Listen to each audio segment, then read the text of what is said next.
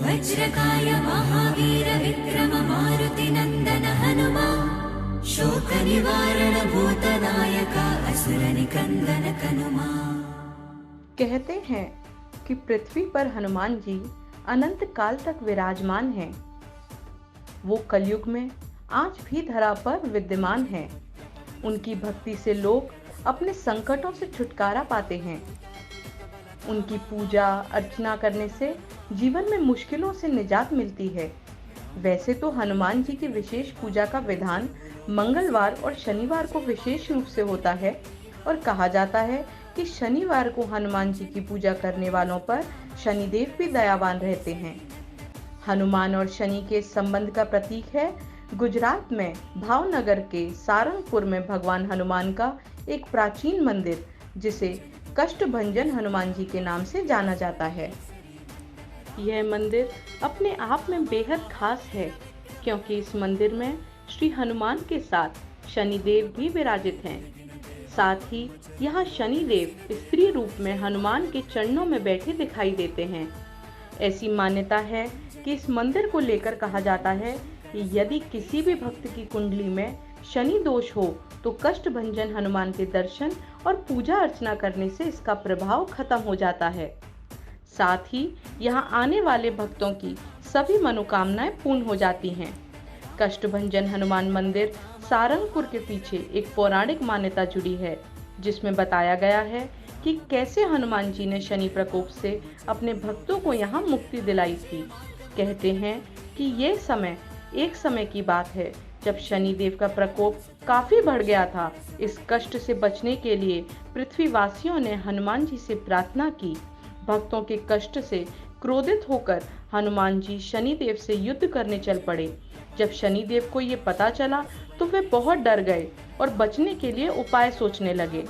शनिदेव जानते थे कि हनुमान जी बाल ब्रह्मचारी हैं और वे शरणागत स्त्री पर कभी हाथ नहीं उठा सकते। इसीलिए उन्होंने स्त्री रूप धारण कर लिया और हनुमान जी के चरणों में गिरकर क्षमा मांगने लगे और भक्तों पर से अपना प्रकोप भी हटा लिया।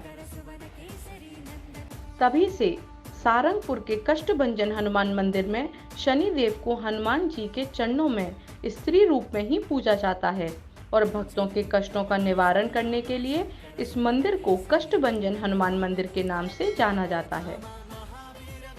कष्टभंजन नाम का अर्थ होता है कष्टों को दूर करने वाला या मुश्किलें नष्ट करने वाला, जो भगवान हनुमान की दिव्य शक्ति को दर्शाता है, जो उनके भक्तों के सामने आने वाली समस्याओं और चुनौतियों को कम करने में सक्षम होती हैं। ये मान्यता है कि इस मंदिर में प्रार्थना करने और आशीर्वाद मांगने से बाधाएं दूर होती हैं, रोग ठीक हो जाते हैं और समृद्धि और सुख स्थापित होते हैं। कष्टभंजन हनुमान मंदिर का इतिहास 20वीं सदी की शुरुआत में जाना जाता है। मंदिर के गर्भगृह में विराजित हनुमान जी की प्रतिमा के रूप को लेकर ये दावा किया जाता है कि उनका यह रूप बताने के लिए काफी है कि हमारे लिए दादा देव जी का महत्व क्या है। स्थानीय लोग कष्टभंजन हनुमान जी को दादा देव जी के नाम से भी बुलाते हैं।